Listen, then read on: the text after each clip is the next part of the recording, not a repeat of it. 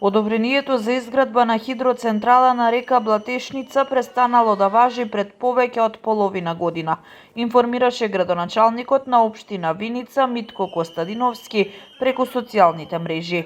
Тоа значи дека инвеститорот не смее да продолжи со активности за изградба на хидроцентрала. Во врска со протестите на жителите на село Блатец против изградба на хидроцентрала на река Блатешница, сакам да ви известам за следното. Известен е инвеститорот дека одобрението за градење на хидроцентралата, согласно член 68 став 1 од Законот за градење, престанало да важи од 13 август 2025 година и доколку преземе градежни действија, истите ќе се сметаат за бесправна градба и представуваат кривично дело.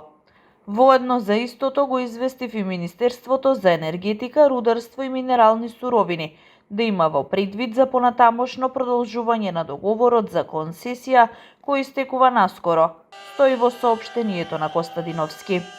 Жителите на село Блатец се против изградбата на хидроцентрала на река Блатешница, бидејќи како што посочија сакаат да го заштитат својот водовод, каналот за наводнување, но и животната средина.